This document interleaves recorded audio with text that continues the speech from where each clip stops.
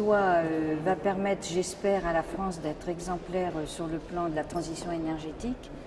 C'est une loi très importante qui répond d'ailleurs à 3 problématiques essentielles.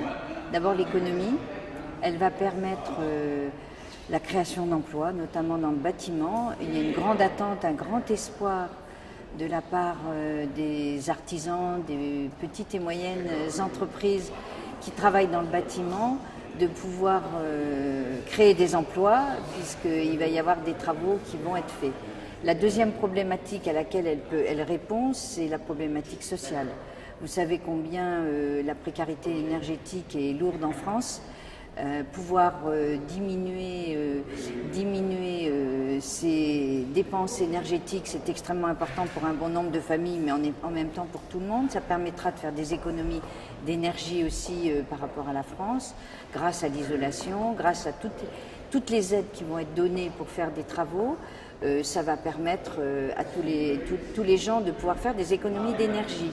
Et puis, il y a tout ce qui va être fait dans le cadre des transports, le covoiturage, les transports en commun, les aides pour les voitures électriques.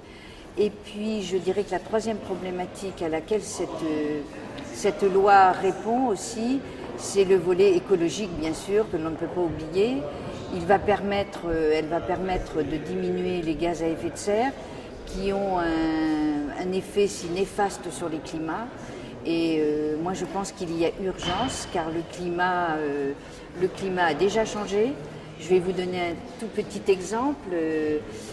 C'est la présidente du groupe d'études viticoles qui parle. Dans toutes les régions de France, la date des vendanges, depuis quelques années, est avancée de 15 jours par rapport aux dates de vendange d'il y a 25 ans.